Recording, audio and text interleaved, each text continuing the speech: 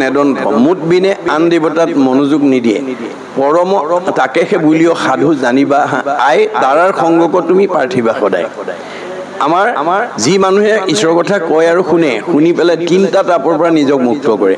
মূৰ শুনিৰ মল কথা কহন্ত শুনন্ত মুত মন দিয়া হবে তাপ এৰাৱন্ত তাকেহে বুলিও সাধু জানিবা আই তাৰাৰ সংগক তুমি পাৰ্থিবা সদায় আমি প্ৰত্যেক দিনাই ঈশ্বৰৰ কথা এটা কোৱা আৰু শুনা মানুহ এজনক লগ পাবৰ কাৰণে আমি সদায় কি কৰিব লাগে আমি যত্ন কৰিব লাগে যে আমি এজন সন্ত মহন্ত ভক্তৰ লগ পাবৰ কাৰণে আমি সদায় মনতে ভাবিব লাগে ভাবিলেহে আপুনি পাব ভাবেন লভতে সৰ্বম ভাবেন দেৱ দৰ্শনম ভাবেন লভত পৰম জ্ঞানম তস্মাৎ ভাৱ অৱলম্বনম যে আমি ভাল কাম কথা এটা ভাব কৰিবৰ কাৰণে ভাল মানুহ এজনক লগ পাবৰ কাৰণে আমি সদায় কি কৰিব লাগিব ভগৱানক চিন্তা কৰিব লাগিব সেই কাৰণে কৈছে যে আবে শুনি উপলীলা কপিল দেৱৰ এতিয়া ইমান পৰে তোমালোকক মই এই বৰাহ আৰু বিষ্ণুৰ লীলাৰ কথা ক'লো এতিয়া তোমালোকক মই কপিল দেৱৰ মানে লীলাৰ সম্পৰ্কে ক'ম কৃষ্ণ কৃষ্ণ শংকৰ গুৰু হৰি কৃষ্ণ জয় গুৰু শংকৰ শব্দ বিনা কৰে যা কেৰি নাহি তে উপাম তোমাৰি শৰণ পুৰণি শতকোটি বাৰ এক কৰহি প্ৰণাম প্ৰভু বাৰ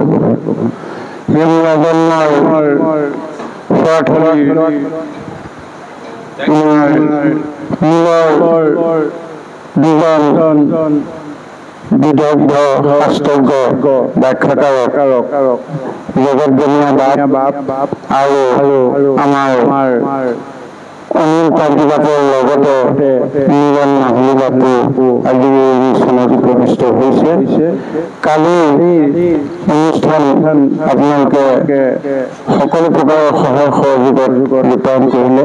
আজি দ্বিতীয় দিনা আমাৰ এতিয়া পাঠ আৰু ব্যাখ্যাত জগতজনী বাপজন আৰু অনিল কান্তি বাপজন লগতে আমাৰ নিৰণ বৰুৱা আমাৰ অনিল বৰুৱা বাপজনো আমাৰ মাজত আছে গতিকে আমি প্ৰায় 11 মান বজালৈকে এই ব্যাখ্যাৰ আমি চলিব গতিকে আমি ভক্তপ্ৰাণ বাপ আৰু মাতৃ সমস্তক আমি ইয়ালৈ আমন্ত্ৰণ জনোৱাৰ লগতে আমি বনীয়া বাপ আৰু আদিবাসীকো অকণমান ব্যাখ্যাত অৱতীৰ্ণ হৈ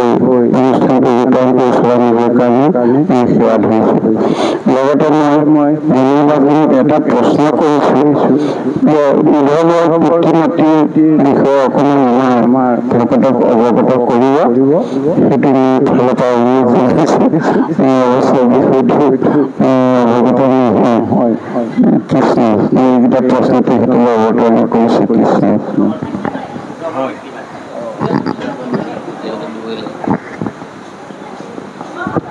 আমাৰ এই উদ্ধৱৰ পিতৃ মাতৃ মানে সম্পৰ্কে বিভিন্ন সময়ত প্ৰশ্ন অৱতাৰণা হয় আমাৰ ভাগৱত উল্লেখ আছে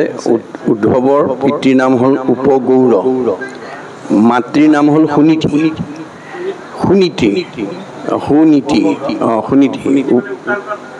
নহয় ধ্ৰুৱৰ মাকৰ নাম হ'ল সুনীতি আৰু উপগৌৰ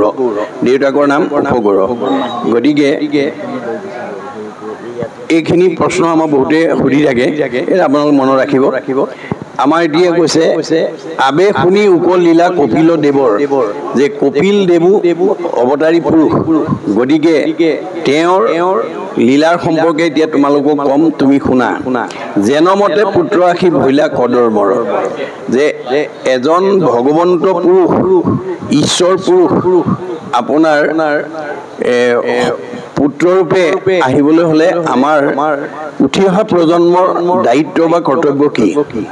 আমি কাহিনীটো পঢ়ি আমি তাতে সীমাবদ্ধ কৰিলে নহ'ব আমি কপিল আৰু দেৱহূতিৰ আখ্যানৰ মাজেদি আমাৰ উঠি অহা প্ৰজন্মক আমি তেনেধৰণৰ পুত্ৰৰ পিতৃ মাতৃ হোৱাৰ এটা মানে পৰিৱেশ দিব লাগিব এতিয়া সৃষ্টিকৰ্তা ব্ৰহ্মাই যেতিয়া সৃষ্টি কামত তিনি তলৈকৰ জীৱবিলাক সৃষ্টি কৰ্মত যেতিয়া ব্ৰতী হৈ আছিলে তেতিয়া তেওঁ অকলে কৰ্মবিলাক কৰি ভাগৰি পৰিছিলে তেতিয়া তেওঁৰ মনলৈ ভাব হ'ল যে মোৰটো ল'ৰা আছে তেওঁলোকেতো মোক সহায় কৰিব পাৰে এই বুলি তেওঁ প্ৰথমতে চাৰি সিদ্ধক আমন্ত্ৰণ কৰিলে আমন্ত্ৰণ কৰি আনিলে চাৰি সিদ্ধ আহিল আহি পেলাই সুধিলে পিতাদেউ মোক আমাক কিয় নিমন্ত্ৰণ কৰিছে তেতিয়া ক'লে তোমালোকক মই মোৰ সৃষ্টিৰ কাৰ্যত অলপ সহায় কৰি দিবৰ কাৰণে আমন্ত্ৰণ কৰিছোঁ তাৰ বাবে আমি কি কৰিব লাগিব বোলে তোমালোকে প্ৰত্যেকেই একোজনীকৈ কন্যা বিয়া কৰাব লাগিব তেতিয়া চাৰি সিদ্ধই সেৱা জনাই ক'লে পিতাদেউ আমি পৃথিৱীত মানে ব্ৰহ্ম জ্ঞান প্ৰৱৰ্তন কৰি যিটো আনন্দ পাইছোঁ আমাক আকৌ তুমি বিষয়ৰ মাজলৈ ঠেলি নিদিবা আমাক ইয়াৰ পৰা ৰেহাই দিয়া তেতিয়া ব্ৰহ্মাই ক'লে তেনেহ'লে তোমালোক যোৱা 2 নম্বৰত নাৰদক মাতি আনিলে নাৰদো আহিল অহাৰ পিছত নাৰদেও সুধিলে পিতাদেউ কিয় মাতিছে তেতিয়া একেটা প্ৰস্তাৱকে বাপেকে পুতেকক ক'লে তেতিয়া নাৰদে ক'লে পিতাদেউ মই বিনত নাৰায়ণৰ নাম লৈ জগতত প্ৰচাৰ কৰি যিটো আনন্দ লৈ আছো মোক আকৌ তুমি বিষয়ৰ মাজলৈকে ঠেলি নিদিবা মোক ইয়াৰ পৰা ৰেহাই দিয়া তেতিয়া কদৰ্মই ক'লে তেনেহ'লে তুমি যোৱা 3 নম্বৰত কদৰ্ম ঋষিক মাতি আনিলে আনি ক'লে কদৰ্ম আহিলত ক'লে পিতাদেউ কিয় মাতিছিলে চাৰি সিদ্ধই মোৰ বাক্য নাৰাখিলে আৰু নাৰদেও মোৰ বাক্য নাৰাখিলে তুমি কি কোৱা কওকচোন পিতাদেউ মই কি কোৱা তুমি মোক এতিয়া সৃষ্টি কাৰ্যত সহায় কৰিব লাগিব তাৰ কাৰণে মই কি কৰিব লাগিব তুমি এগৰাকী কন্যা বিয়া কৰাব লাগিব কৃষ্ণ জীৱা আজ্ঞা এই বুলি পিতাকৰ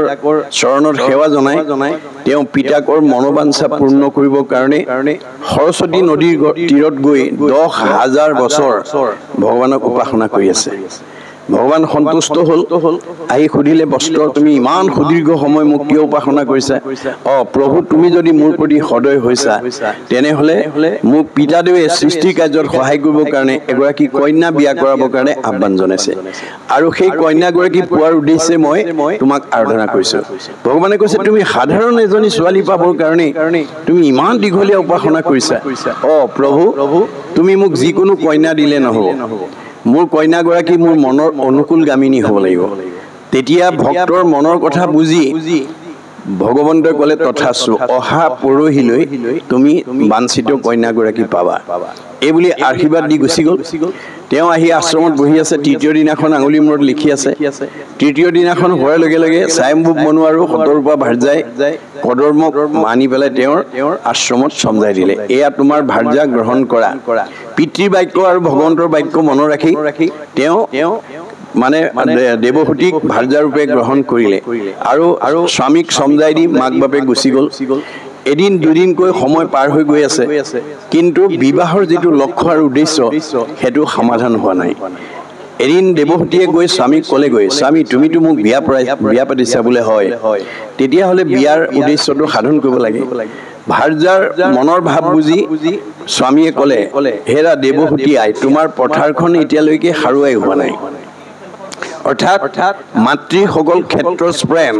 যেনেকৈ মাটিত শস্য উৎপাদন হয় আৰু সাৰুৱা মাটিতহে ভাল শস্য উৎপাদন হয় সাৰ নাইকিয়া মাটিত ভাল শস্য দিলেও যেনেকৈ সি মানে গজাৰ পিছত আকৌ নিষ্প্ৰভ হৈ যায় অংকুৰিত হোৱাৰ পিছত যেনেকৈ নিষ্প্ৰভ হৈ যায় তেনেকৈ ভক্তিহীন মাতৃঘৰত সৎ সন্তানৰ কেতিয়াও জন্ম হ'ব নোৱাৰে স্বামীৰ কথা বুজি ভাৰ্যাই 12 বছৰ কায় বাক্য মন একনিষ্ঠ কৰি ভগৱন্তক উপাসনা কৰি দেহ মন যেতিয়া ভক্তি ৰসত প্লাবিত কৰি গ'লে তেতিয়া তেওঁ ক্ষেত্ৰখনৰ মানে পবিত্ৰতা বা সাৰগৰ্ভতা উপলব্ধি কৰি তেওঁ বীৰ্য ৰোপণ কৰিলে যাৰ কাৰণে কপিলৰ দৰে এজন ভগৱন্তই পুত্ৰৰূপে আহি জন্ম ল'ব লগা হ'ল গতিকে এতিয়া আমি ভগৱন্তক মাতিব নালাগে ভগৱন্ত আপোনাৰ ঘৰলৈ আহিব আপুনি মাত্ৰ ভগৱন্তক কি কৰিব লাগিব আৰাধনা কৰিব লাগিব মাতিব লাগিব গতিকে আপোনাৰ ঘৰলৈ আপুনি কৃষ্ণক মাতিব নালাগে, আপুনি কৃষ্ণ অহাৰ ব্যৱস্থাটো কৰিব লাগিব। কেনেকৈ? যিখন ঘৰত পুৱা গধূলি ধূপ ধূনা জ্বলিব,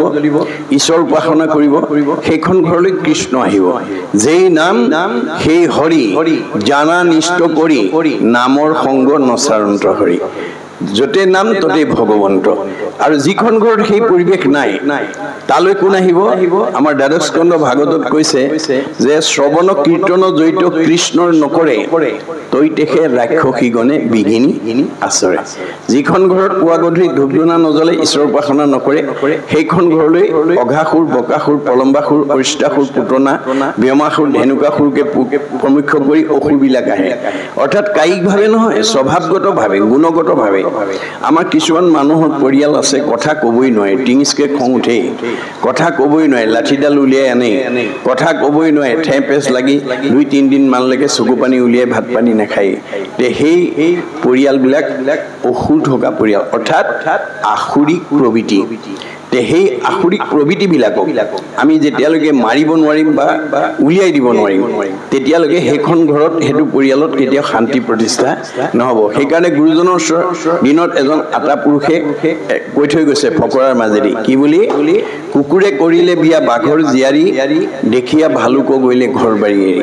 কুকুৰে যদি বাঘৰ জীয়াৰী বিয়া কৰিব পাৰে, তেতিয়া সেইখন ঘৰত ভালুকৰ পৰিয়াল থাকিব নোৱাৰে। ইয়াৰ আচল আধ্যাত্মিকতাটো হৈছে কুকুৰ মানে জীৱ, সি ডেকা ল'ৰা হওক, গাভৰু ছোৱালী হওক, বোৱাৰী হওক, জীয়াৰী হওক, বাল্য হওক, বৃদ্ধ হওক। যি বাঘৰ জীয়াৰী মানে নাম, বিয়া মানে সম্পৰ্ক। যে যিটো জীৱই জীৱশ্ৰেষ্ঠ মানুহৰ জন্ম লৈ যি ঈশ্বৰৰ নামৰ লগত সম্পৰ্ক কৰিব, তাৰ ঘৰত ভালুকৰ পৰিয়াল কাম, ক্ৰোধ, লোভ, মোহ, মদ, মাৎসৰ্য, ঈৰ্ষা, হিংসা, কুৰ্চুত, কপট ভাৱ থাকিব নোৱাৰে। মাধৱদেৱে কৈছে, কৰ্ণপথে ভকতৰ হিয়াত প্ৰৱেশী হৰি, দুৰ্বাসনা হৰে সমস্তই। আপুনি যেতিয়া কৃষ্ণ কথা শুনিব, তেতিয়া কৃষ্ণ কথা কাণেদি সোমাই যোৱাৰ লগে লগে ভিতৰৰ বেয়া ভাৱবিলাক ওলাই যাবলৈ বাধ্য হ'ব। যেনেকৈ এটা খালী বটলত পানী ভৰালে তাৰ ভিতৰৰ বায়ুবিলাক ওলাই যাবলৈ বাধ্য হয়, ই যেনেকৈ বিজ্ঞানসন্মত সত্য, তেনেকৈ আমি ঈশ্বৰৰ কথা কাণেদি শুনিব লাগিব, গাব লাগিব। দ্বিতীয় এটা কৈছে কি বুলি? যে ব্ৰহ্মাক মাৰিবা বিষ্ণু